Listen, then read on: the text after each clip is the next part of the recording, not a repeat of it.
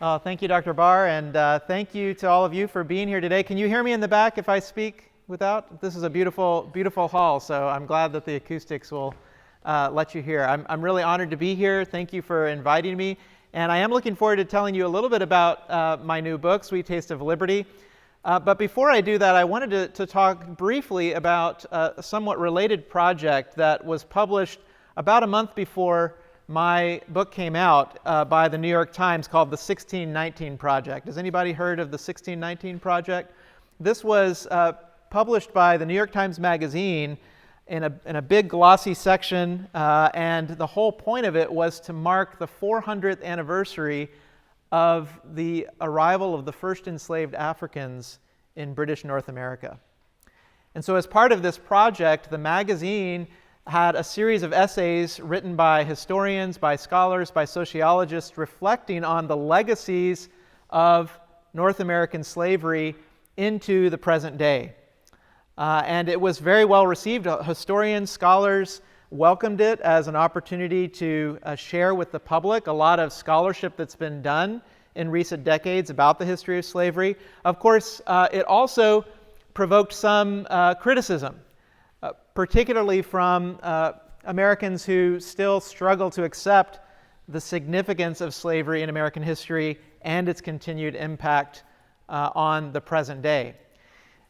But around the new year, really just in the past month or so, it's also attracted some kind of maybe surprising pushback from an unfamiliar quarter. There's actually been some historians who have written to the New York Times, and particularly 5 very well-known historians of the Civil War era, calling on the New York Times to make some corrections to claims that were made in the 1619 Project when it was released last year. Among other things, they challenged a claim in the lead essay in the magazine that one of the primary causes of the American Revolution was actually desire on the part of Southern patriots to protect the institution of slavery. Another claim that they challenged was the idea that Abraham Lincoln did not believe in full racial equality. And then they also questioned a generalization that was made in the magazine that said that for the most part, over the course of American history, Black Americans have struggled for their freedom largely alone. Well, these letters that have been sent to the New York Times were responded to by the editors of the 1619 Project, but at least in the admittedly exotic corner of social media where I hang out with other historians, there's been a lot of discussion about the 1619 Project and these historians' criticisms of the magazine. The main reason I bring this up is because I want to tell you that these historians talking about the 1619 Project, among them Sean Wilentz, don't necessarily speak for all historians. Okay? There's actually vigorous debate among historians about the claims that are made in the 1619 Project. And in particular, I have been a little bit troubled by the way that some of the historians criticizing this project have made it seem like their primary objection to it is a disagreement about facts. In the letter that they sent to the New York Times Magazine, these historians said that these aren't just errors of interpretation or framing that the New York Times made, but they're actually matters of verifiable fact. And Sean Wilentz, professor at Princeton University, doubled down on that claim in recent weeks. He published an article in the Atlantic magazine, again saying that his disagreement with the 1619 Project was primarily a matter of facts. Okay? Now, I encourage you to read more about this later and come to your own conclusions about the debate, but I'll just share with you my own perspective that, in fact, the disagreement about the 1619 Project is not primarily about the facts. It's actually all about interpretation. There's a lot of debate about how to interpret American history. How should we interpret the history of slavery? How should we interpret the history of emancipation? How should we think about African American history in relation to American history? And I think that most of these disputes about the 1619 Project are actually about those questions of interpretation. In fact, I sort of see these debates as bringing into the public sphere a debate that has been raging over the last generation or two among American historians about how to narrate American history in general and African American history in particular. For a long time, particularly in the aftermath of the Civil Rights Movement, many historians who thought about these questions thought about the story of African American history as primarily a story from slavery to freedom. That was the title of a very influential African American history textbook by John Hope Franklin, From Slavery to Freedom. And that was the movement, the sort of progress story from slavery to freedom that structured a lot of historical work that was done in the 1960s, the 1970s, and even into the 1980s. One of the most influential multi-volume histories of the Civil War and Emancipation actually had as its title, Freedom. Okay? The idea that the story of slavery to freedom was the primary way to understand African American history has become so prevalent that some historians even refer to it as the freedom narrative. But in recent years, there's been a sort of rethinking of the freedom narrative. Not because the freedom narrative is wrong. Certainly, from slavery to freedom is a major theme in African American history and American history, but because of the things that it leaves out. Okay? One of the things that it leaves out, or at least doesn't allow us to see as clearly, is the legacies of slavery into the period of freedom. The ways that the residues of slavery and the inequities that slavery created continued to live on even after slavery came to a legal end.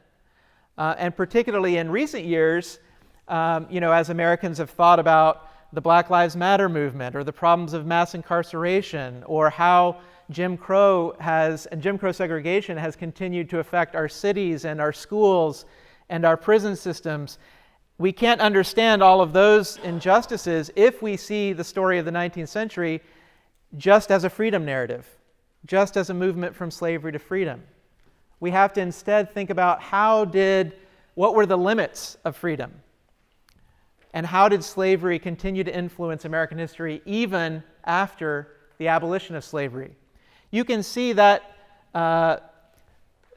note being struck by a lot of recent histories. Just look at the titles of some of the books. Edward L. Ayers, who won an award for a book about Civil War and Emancipation a couple of years ago, was called The Thin Light of Freedom. Stephen Cantress's book, More Than Freedom, about how Black abolitionists actually were struggling not just for an end to slavery, not just freedom, but for more than freedom, for citizenship, for equality, for national belonging, things that the arrival of freedom did not immediately bring. You can see over on the left a book called Beyond Freedom, an anthology of scholars thinking about what the freedom narrative is missing. Or Jim Downes's book, Sick from Freedom, which talks about how emancipation during the Civil War was a really chaotic process. It wasn't just a moment of slavery ending and people gaining their freedom, but it actually brought with it a lot of suffering in Civil War camps where freed people often lived in crowded, disease-ridden conditions brought on by the U.S. Army and the way that it handled the process of emancipation. Okay, so there's a rethinking of the freedom narrative. Okay, and I think what the 1619 Project, the reason I think why it has become a lightning rod for discussion is if you read the essays in the project, it brings to public view some of this rethinking of the freedom narrative that scholars have been writing about. Okay, and that's one reason why it's caused some controversy. That's a long-winded introduction to what I'm actually here to talk to you about today, my book, Sweet Taste of Liberty. But I wanted to give you that backstory because the question that I'd like for you to think about as I talk today, and that maybe we can discuss at the end of the lecture, is whether the story of Henrietta Wood, which Professor Barr already summarized for you, does that story support the freedom narrative, or does it show some of what's left out of the freedom narrative? So that's what I want you to think about. Do you think this story supports the freedom narrative, or does it in some sense challenge the freedom narrative? Okay? And I'm going to summarize for you in a little bit greater detail what happened to Henrietta Wood in her life so that you can make a judgment about that. I've got a map or a handout here that hopefully everybody got when they came in the room. Does anybody still need one of these handouts? Okay, so Professor Barr has some copies that he can distribute to you. But I'm going to use this just to sort of walk you briefly through the story that my book tells. Okay? And the story begins around 1818 or 1820 when Henrietta Wood, the woman at the center of the book, was born in a small farming hamlet known as Towsytown, Kentucky, in northern Kentucky. Okay? It's actually right across the Ohio River from Lawrenceburg, Indiana. And in the process of doing research for my book, I actually traveled there and took some pictures of the land where Henrietta Wood was most likely born enslaved in 1818 or 1820. Now, at the time that Wood was born, Kentucky was a slave state. So by the laws of Kentucky, because Wood's mother was enslaved, Henrietta Wood was also born enslaved. But when she was a young child, she could stand on the banks of the Ohio River and look across the water directly at Indiana, a state where slavery was illegal. Indiana was a free state, and Kentucky was a slave state. That's how close she was to freedom, even at the moment of her birth. But because she was born on the southern side of the Ohio River, she was legally considered the property of Moses Towsey and his family. And because of that, they had the legal power to sell Henrietta Wood in 1834 when she was about 14 years old. It was the first time of multiple times in her life that Henrietta Wood would be sold. But it was perhaps one of the most traumatic sales because it separated Wood from her family, from her parents and her siblings that she had grown up with in Towsytown.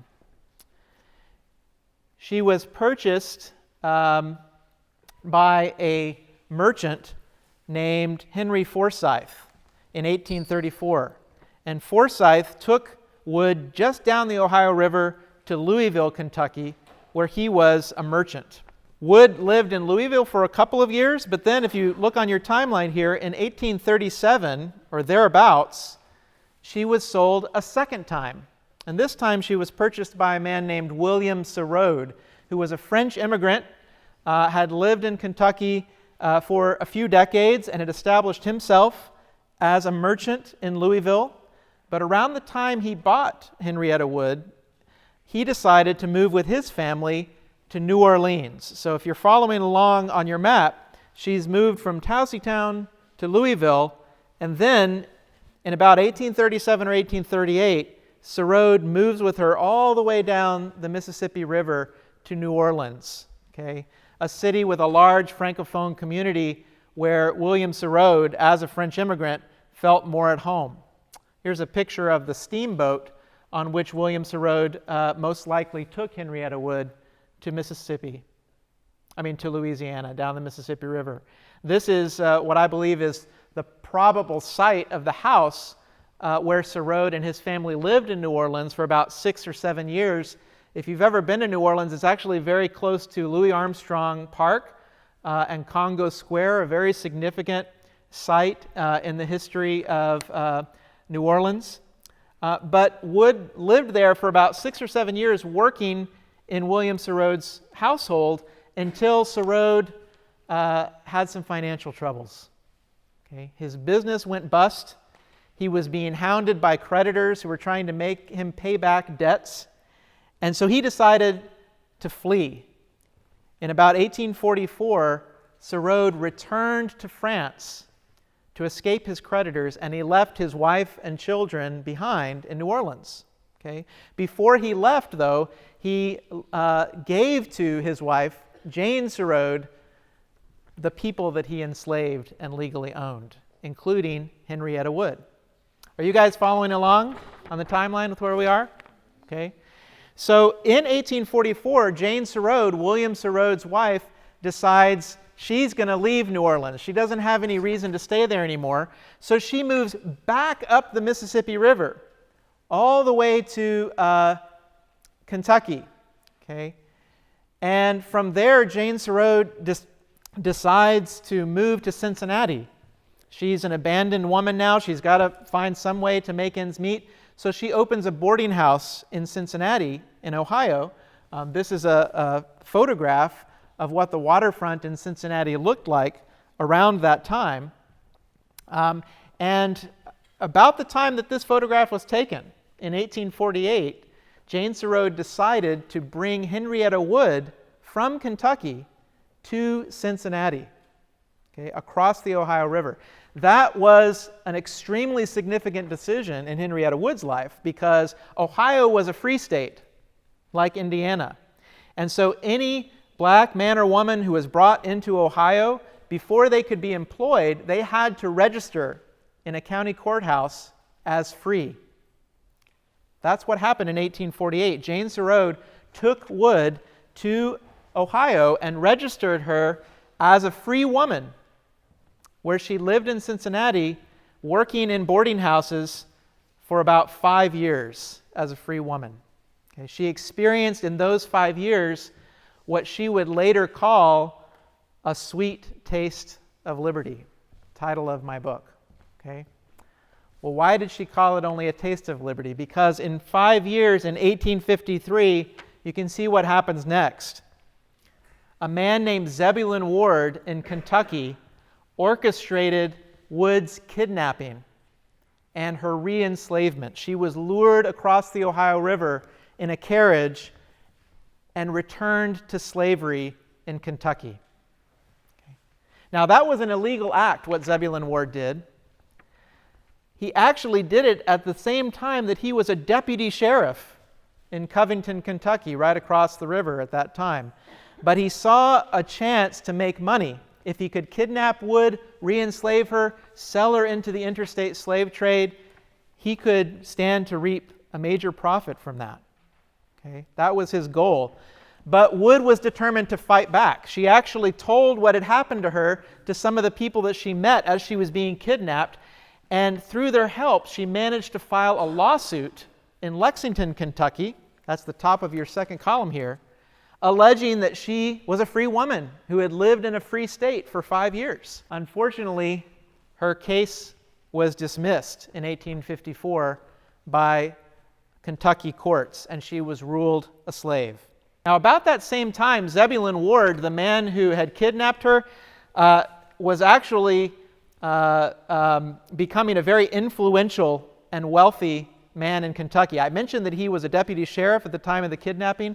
By the time that Wood lost her freedom suit in Kentucky, Ward had actually been appointed the keeper of the Kentucky State Penitentiary. He was put in charge of the state's jail, okay, the state prison. And that post, he was interested in that post because he also saw it as a way to make a lot of money. At the time, what the state did was, instead of paying the warden of the prison a salary, they said that the warden could just make the prisoners under his control work to manufacture goods that they could sell outside the prison, and then the keeper could keep for himself half of the proceeds of everything that the prisoners worked to make. Okay? It was a pretty sweet deal for the keeper, especially if the keeper was a ruthless man who could work the prisoners with unpaid labor to make as much as possible to sell for his own benefit. They didn't get the profits, he got the profits. It made the state penitentiary in Frankfort, which you can see pictured here, look on the inside more like a factory than a prison. And Zebulon Ward presided, according to testimony that we have from prisoners at the time, over a brutal regime that made him a very wealthy man. Now, where was Henrietta Wood in all this? Well, about a year after Zebulon Ward won the lawsuit in Lexington, he decided to sell Henrietta Wood yet again. And this time, Henrietta Wood was sold in Natchez, Mississippi. So on the map, right, remember how she's started in Kentucky, she's been taken to New Orleans, spent 6 or 7 years there, brought back up to Cincinnati and gained her freedom for 5 years. And then in 1855, she's sold down the river again, down the Mississippi River, taken there by slave traders from Kentucky and sold at the infamous Forks of the Road slave market that's pictured here, and that you can actually visit the site of today if you ever go to Natchez, Mississippi. At the time, the Forks of the Road slave market was the second largest slave market anywhere in the country and one of the largest slave markets anywhere in the world at that time. Thousands of people were brought from the upper South states, places like Kentucky and Virginia, to Mississippi to be sold to cotton planters in the region. Okay, here's the site. Okay. If you go to Natchez, you'll actually see on the signage there at the Forks of the Road some of the ads that slave traders placed in Natchez to sell human beings. And the reason that I shared with you this image is because this was an advertisement placed by the slave traders Griffin and Pullum. And those were the very same slave traders who sold Henrietta Wood in 1855 at Forks of the Road. Who did they sell her to? Well, you can see on your handout here, she was purchased by a man named Gerard Brandon. And Gerard Brandon was one of the largest slaveholders anywhere in the South on the eve of the Civil War. In fact, by 1860, the census recorded him as owning close to 800 enslaved people. It made him one of the 10 largest slaveholders anywhere in the country in 1860. And because he owned so many slaves, he was able to build a palatial home for himself called Brandon Hall, which stands just outside of Natchez, off the Natchez Trace Parkway. And you can actually go and visit it today because it's now still standing. This is the house that he built in 1856. Well, I say he built it. Okay, he didn't build it. The house that he had built by enslaved people in 1856, around the time that Henrietta Wood was brought from Forks of the Road to this very house, to this very plantation, that is now operated as a bed and breakfast and boutique wedding venue. Okay, I visited there and toured the house, and you can walk through the house. You'll find very few indications, if you visit the house today, of the reason the house was there. But I did spot this one reminder, a cotton boll inside the house. And that was how Gerard Brandon amassed the wealth to enslave hundreds of people and build a house like this, because cotton was king in the antebellum South at the time that Henrietta Wood arrived. By the time she arrived, the United States was providing the entire globe with about 2/3 of all of the cotton produced anywhere in the world. Okay. And Brandon was at the center of that. The Natchez district was one of the wealthiest cotton districts anywhere in the South. That perhaps explains why Gerard Brandon, in 1861, when the Civil War began, threw his lot in with the Confederacy. Okay? Because he and other Confederates viewed the Civil War as a fight to protect slavery and the wealth that they had amassed and enriched themselves with through slavery and cotton. They saw the Republican Party of Abraham Lincoln as a threat to this wealth. Okay, he was a millionaire in 1860 on the basis of the people that he enslaved alone. And so he supported the Confederacy. But in 1863, the Civil War wasn't going so well for the Confederacy. And that year began on January 1st with Abraham Lincoln issuing his famous Emancipation Proclamation, which declared that any people enslaved in any of the states that were then in rebellion against the Union were declared thenceforth and forever free as of January 1st, 1863. Of course, that was an order on paper that could only be enforced if U.S. soldiers actually arrived at places like Brandon Hall and liberated enslaved people. But from that point on, wherever Union armies went throughout the South, they attracted freedom seekers, enslaved people who fled to Union camps and Union lines seeking to lay claim to emancipation. And in the summer of 1863, those U.S. troops were starting to get dangerously close, from Brandon's perspective, to Natchez, Mississippi. So what did he do? Well, on your timeline here, you can see we're almost to the end of the story. In 1863, Gerard Brandon decided to run. And he joined many other Confederate planters in coming to Texas.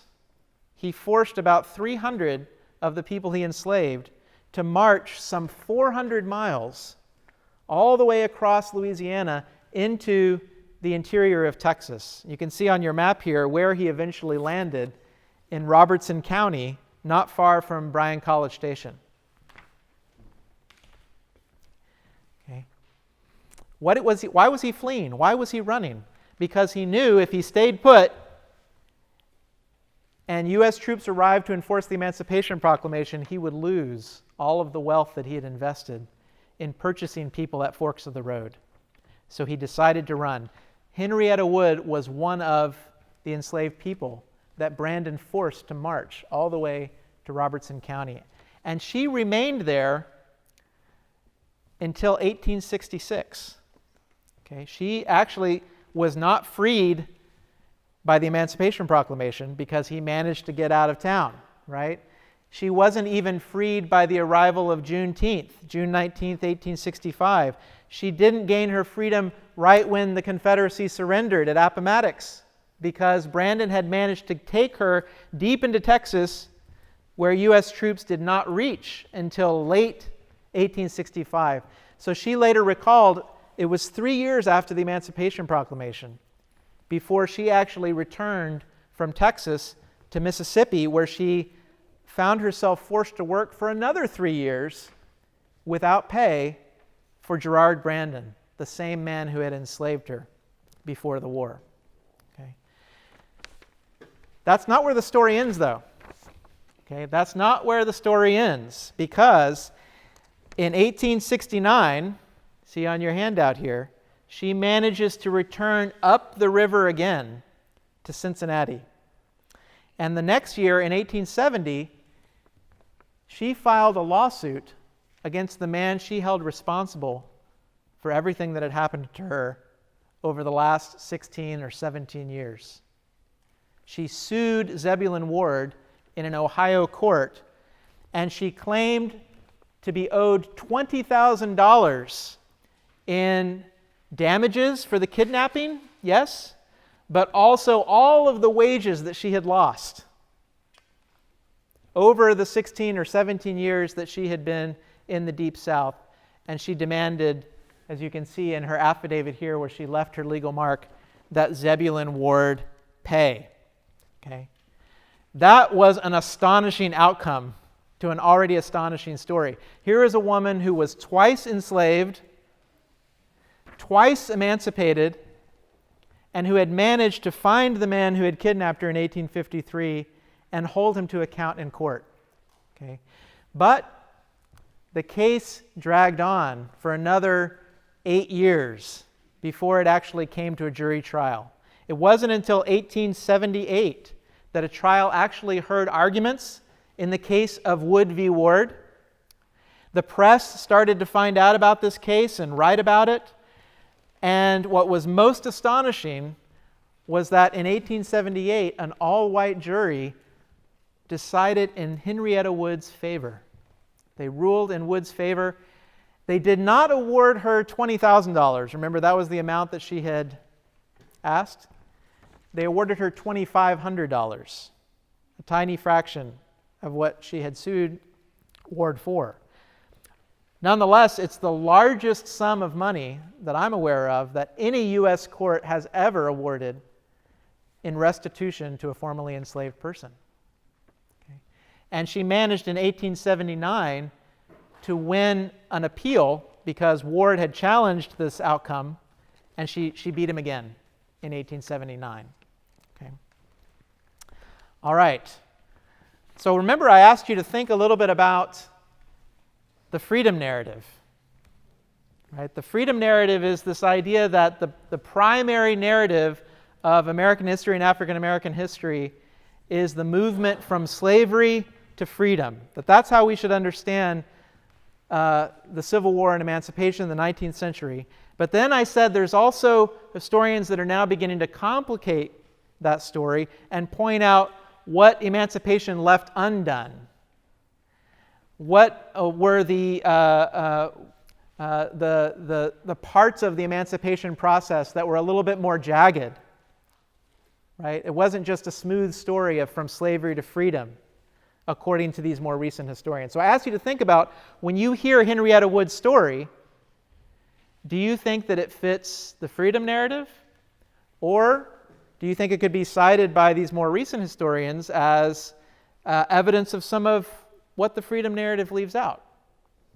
Now, before you come to a conclusion about that, let me tell you sort of a brief epilogue. Let me tell you what happens after Henrietta Wood wins her case. Okay? And I'm going to start by telling you about what happens with Zebulon Ward. Well, remember that Zebulon Ward, when we last left him in Kentucky, he was becoming stupid rich off of prison labor, convict laborers. Okay? After running the Kentucky State Penitentiary for several years, he retired to a bluegrass farm in Kentucky. He was so rich from this convict labor that he got into breeding thoroughbred horses. He was part of the circle of men who founded the Kentucky Derby. You guys know the Kentucky Derby that's still run today. And so he was very much part of the sort of upper crust of the bluegrass Kentucky scene. And he parlayed that wealth and influence into other jobs running state penitentiaries. After he ran the Kentucky State Penitentiary, he moved to Tennessee and he ran the state penitentiary there for a time during Reconstruction, at a time when many of the prisoners in the state penitentiary were formerly enslaved people who were being caught up by conservative reactionaries in a scheme to return them to forced labor in the penitentiary. That was Zebulon Ward. He was in the middle of that. And then he moved to Arkansas, and he took over a third state penitentiary. And it was actually in the middle of the case. While Henrietta Wood is fighting this lawsuit with Zebulon Ward in the court, he moves to Little Rock, Arkansas, and takes over the penitentiary there. And again, builds a fortune off of forcing predominantly African American prisoners in the penitentiary to pick cotton, to lay rail, to weave hemp bagging. Okay? And by the time he died in the 1890s, he was regarded as one of the most powerful and wealthy men in Little Rock, Arkansas. Okay?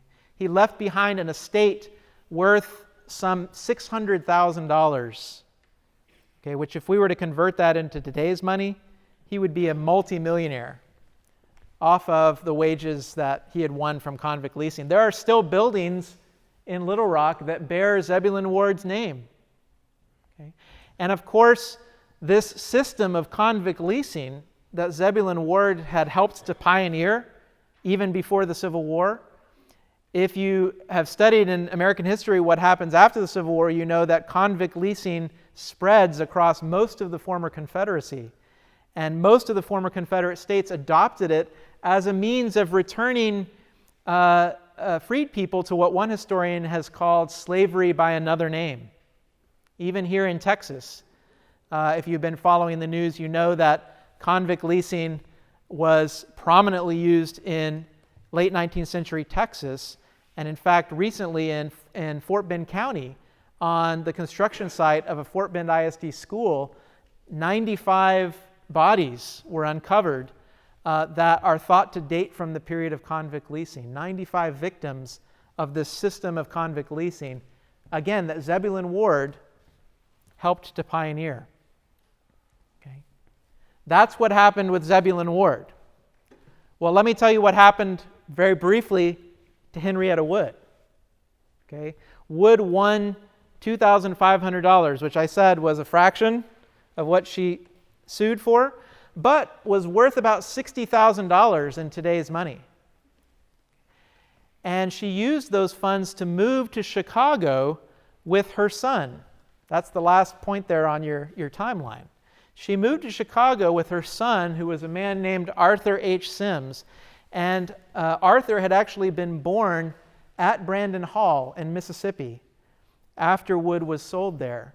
But she managed to keep him by her side throughout all of the ordeals of the Civil War and her lawsuit. And when they moved together to Chicago in the 1880s, Sims managed to buy a house on the south side of Chicago using the money that his mother had won. Okay? That money, along with his house, actually enabled Arthur Sims to go to law school. And he became one of the first African-American graduates of Northwestern University's law school. Graduated in 1889. You can see him actually here towards the top, second row from the top, about 3 men in. That's Henrietta Wood's son. Okay. He continued to practice law all the way into the mid-20th century. This is an article about him from 1948 in the Chicago Tribune, talking about how Sims was still practicing law. This is a picture that was taken of him about that same time with one of his great-grandchildren in Chicago. He lived a very long life, and he didn't die until 1951, okay, at the age of 95 years. Okay, that's what happened to Wood's son. Now, a few years after he died in 1951, the case file from the lawsuit that Henrietta Wood won against Zebulon Ward was actually relocated from Cincinnati to Chicago. It was taken to a branch of the National Archives there in 1953. And it sat there collecting dust for a long time until I showed up one day in 2015 wanting to look at it. Right? At the time, I was just starting research on this book, and I knew that Henrietta Wood had won her lawsuit, but I still had a lot of questions. Number one, I wasn't even sure that Zebulon Ward had ever paid Henrietta Wood the money that she won. That was a big question for me. Did she actually receive that money? And so when I showed up at the archives that day in 2015, I asked them, can you help me find this case file? The archivist went back into the stacks. They were looking for it. It wasn't turning up. I had driven all the way there that day just to find it, so I just kind of begged them, please go look again. Finally, the director of the archive said, okay, I'll give it one last try. And he went back into the stacks, and he dug around, and he discovered that the case file had been misfiled in the papers of a different court. And so for a long time, it had been missing, but thankfully he found it, and you can see kind of faintly there, Henrietta Wood against Zeb Ward on the outside of this tri-folded case file. And the number of her lawsuit, 1431, was written there very boldly on the top. That case file proved for a researcher like myself to be a gold mine because it was bursting with all kinds of clues about the story that I've just told you. It included the verdict slip that the jury had actually written out, ruling that she should be paid $2,500. And crucially, it included a piece of paper proving that Zebulon Ward had ultimately paid the $2,500. Okay, so as I was looking through that at my desk and I was kind of absorbing all this, I was getting really excited, and I started talking to the archivist about, wow, you just have no idea how much this means to me. I'm so glad that you found this. This is a woman who was twice enslaved and twice emancipated, and I think that she may have been one of the first suits of reparations, and she managed to find Zebulon Ward, and she filed this lawsuit, and I was just very excited until finally the archivist asked me one question: did she win? That's what he wanted to know. Did she win? Thank you for your attention.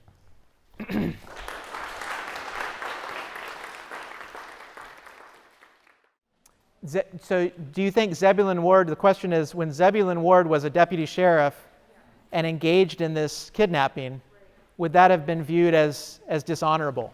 Okay, that's a good question. It kind of depends who you would have asked and where. Okay, Ward was actually, he was a sheriff in Covington, Kentucky, which is right across the Ohio River from Cincinnati. Okay, if you had asked somebody in Cincinnati what had happened, they would have said, yes, this guy was, one of the phrases they used at the time was a river pirate, because Ward was not alone. There were actually lots of kidnapping gangs in the Ohio River Valley that operated. And in my research, I found other examples of free people of color being kidnapped and enslaved from the streets of Cincinnati. There's actually another book that just came out about a month after mine did last fall called Stolen by Richard Bell. If you're interested in this history of kidnappings of free people into slavery, it's another book I'd recommend called Stolen. So Ward was not alone in this, right? But a lot of abolitionists were unhappy about these gangs and were starting in the 1850s especially to sort of call attention to what was happening. So if you asked in Cincinnati, they would have said, yes, he's a river pirate, he's no good, he's everything that's wrong with slavery. Cross the river to the Kentucky side, okay, though, and Zebulon Ward was just an officer of the law, just doing his duty, just enforcing the law. And how do we know that Henrietta Wood really was free, a white Kentuckian would say? Maybe she was a fugitive slave and he captured her and brought her back to Kentucky. And that was actually the argument that he tried to make in court. And so in that context in Kentucky, he would not have been viewed as dishonorable at all. And in fact, a couple years later, he becomes the head of the Kentucky State Penitentiary.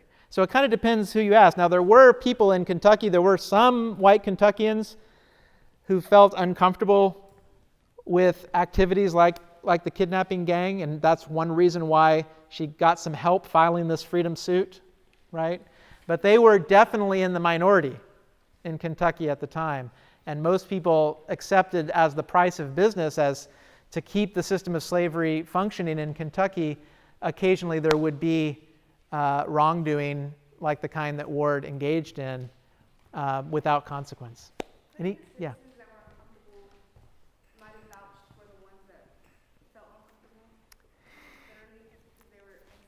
It's a good question. Her question is sort of why weren't more people uncomfortable with this, and why didn't they band together? So that I'd have to give a long answer to that question, but I'm sure Professor Barr could talk about it more, or my book would give you some more information about that. Any other questions? Yes. Do you find why Jane Surode might have moved to a free state? Like, what was the motivation? Like, there must have been a big motivation for her to move, knowing that she's going to have to give up her slaves. Great question. So the question is, why did Jane Surode move to Cincinnati? Wasn't that a big decision to make if she knew going to a free state meant she was going to have to give up her slaves? Okay, that's a good question, and actually I was very curious when I started research, what was the motive for Jane Surode? Was she motivated by sort of humanitarian reasons of wanting to finally free this woman that had been enslaved by her family for so long? Ultimately, I concluded there's not a lot of evidence that she was motivated by ideals. Okay, and the reason I say that is because when she returned from New Orleans to Kentucky, after her husband had deserted her and fled to France, her first decision was actually to hire out the people that she enslaved in Kentucky. Okay? Hiring out was a system in the antebellum South where slaveholders could essentially rent the labor of the people that they owned to other people. Okay? So if I hired out somebody, someone else could make them work, and then they would send me a fee instead of paying wages to the worker. So that's what Jane Surode did initially, right? She left Henrietta Wood in Kentucky and hired her out so she could collect money from Henrietta Wood's work while Surode went to Cincinnati and started this boarding house. Okay? And that worked for a few years just fine. Why did she ultimately make the decision to bring Wood to Cincinnati? Okay? Well, it turns out, remember I said her husband, William Surode, got in a lot of financial trouble in New Orleans. The creditors were at his heels. They were trying to get his money to pay back the debts he owed. And they didn't stop looking just when he went back to France. They kept trying to follow him in the courts, find where was there any real estate he owned anywhere, was there any property he owned anywhere that they could seize and claim to pay back their debts. And they started to figure out that his wife had returned to Kentucky. They followed her there, and they started sniffing around in Kentucky to see, did he own any property here? And they actually located some of the enslaved people that she had brought to Kentucky, and by court order seized those people and sold them in order to pay the debts that they were owed. Okay? That's what was going on in 1847, 1848, when Sarode makes this decision to bring Wood with her to Cincinnati. Right? So she may have decided, if I continue to hire out Wood in Kentucky, there's a chance that one of these creditors would get a court to order that she be seized and sold. Then I won't have anything to show for having brought Henrietta Wood back to Kentucky. So she may have thought, well, at least if I bring her to Cincinnati, I'll remove her beyond the reach of Kentucky courts, and she can continue to do work for me in my boarding house, right? Wood later remembered Sarode never really paid her, okay, for that work. Maybe a little money here and then, but not enough to actually make her independent. So she may have just thought, well, I'll bring her to Cincinnati. She can continue to work for me. And the laws required that she register as free in order for her to do that. But I don't think she was really motivated by any sort of strong desire to grant Wood her freedom. And in fact, one of the things that helped Ward in the kidnapping of Wood was the fact that not all of Jane Sarode's children agreed with her decision, and they may have been the ones who started to talk in Kentucky to Zebulon Ward about Henrietta Wood's presence in Cincinnati and gave him the details about where to find her, how to kidnap her, how to bring her back to Kentucky and enslave her. Great question, but that's a short answer to a much longer story. Be sure to follow us on social media at Facebook, Twitter, and Instagram. Like this video, leave a comment, and hit that subscribe button to be notified about our latest content.